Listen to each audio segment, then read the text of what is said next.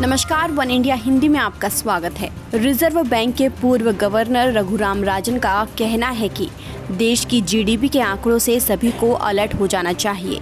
राजन ने अपने LinkedIn page पर एक पोस्ट में लिखा है कि जब इनफॉर्मल सेक्टर के आंकड़े जोड़े जाएंगे तो इकॉनमी में 23.9% की गिरावट और बदतर हो सकती है। उन्होंने कहा कि भारतीय अर्थव्यवस्था को अमेरिका और इटली से भी ज़्यादा नुकसान हुआ है। ये दोनों देश कोरोना वायरस महामारी से सबसे ज़्यादा प्रभावित रहे। सरकार और नौकरशाह हमेशा की तरह काफ़ी मेहनत कर रहे हैं, लेकिन उन्हें खुद के कामों पर संतोष करने की जगह थोड़ा डरना चाहिए और कुछ ऐसे कदम उठाने चाहिए जिनका कोई फ़ायदा हो। रघुराम राजन ने आगे कहा कि जब तक वायरस पर काबू नहीं पाया जाता है तब तक भारत में विवेकाधीन खर्च की स्थिति कमज़ोर बनी रहेगी।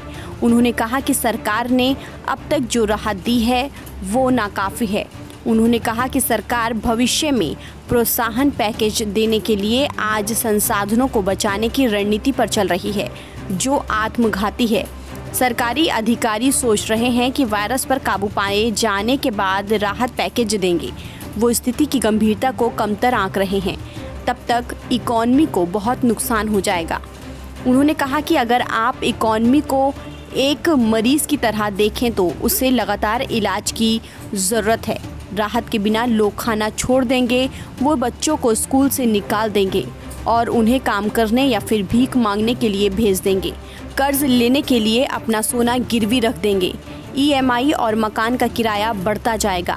इसी तरह राहत के अभाव में छोटी और मझोली कंपनियां अपने कर्मचारियों को वेतन नहीं दे पाएंगी, उनका कर्ज बढ़ता जाएगा और अंत में वो बंद हो जाएंगी। इस तरह जब तक वायरस पर काबू होगा तब तक इकॉनमी बर्बाद हो जाएगी।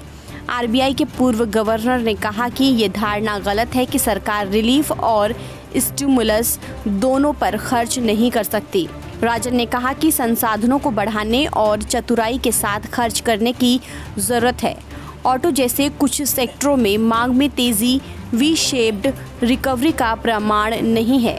रिजर्व बैंक के पूर्व गवर्नर रघुराम राजन कोरोना महामारी की शुरुआत से ही ये कह रहे हैं कि आर्थिक मोर्चे पर बड़ा नुकसान हो रहा है। उन्होंने सरकार के 20 लाख करोड़ के पैकेज को भी अपर्याप्त बताते हुए उस समय ही कह दिया था कि अर्थव्यवस्था इससे नहीं संभल पाएगी। वो लगातार गरीब मजदूर तक कैश पहुंचाने की भी बात कर रहे हैं। रघुराम राजन ने वित्त वर्ष 2020-21 में अप्रैल-जून के दौरान जीडीपी में 23.9% की गिरावट आने के बाद एक बार फिर अपनी बात रखी है। फिलहाल इस खबर में इतना ही। देश और दुनिया की तमाम खबरों के लिए आप बने रहिए वन इंडिया हिंदी के साथ।